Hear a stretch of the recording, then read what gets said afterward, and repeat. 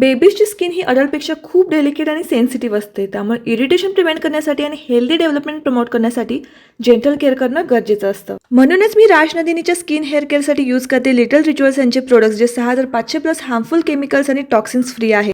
आणि हा एशियाचा फर्स्ट बेबी केअर ब्रँड आहे जो सेफ USA सर्टिफाईड आहे.